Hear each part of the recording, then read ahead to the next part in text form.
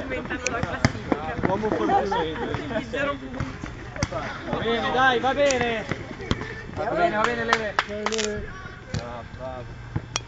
Perché poi lavano via a braccetto. Perché va bene così. Vai Luca! Bravo Luca. Bello che ho Proviamo, la curano e sta proprio... No, ma quello bello era l'altra volta. Anche questa, guarda questa. A braccetto, guarda. Quello dell'altra volta però era così, era più ridicolo. Bisogna farli ragionare. Dai Mauri.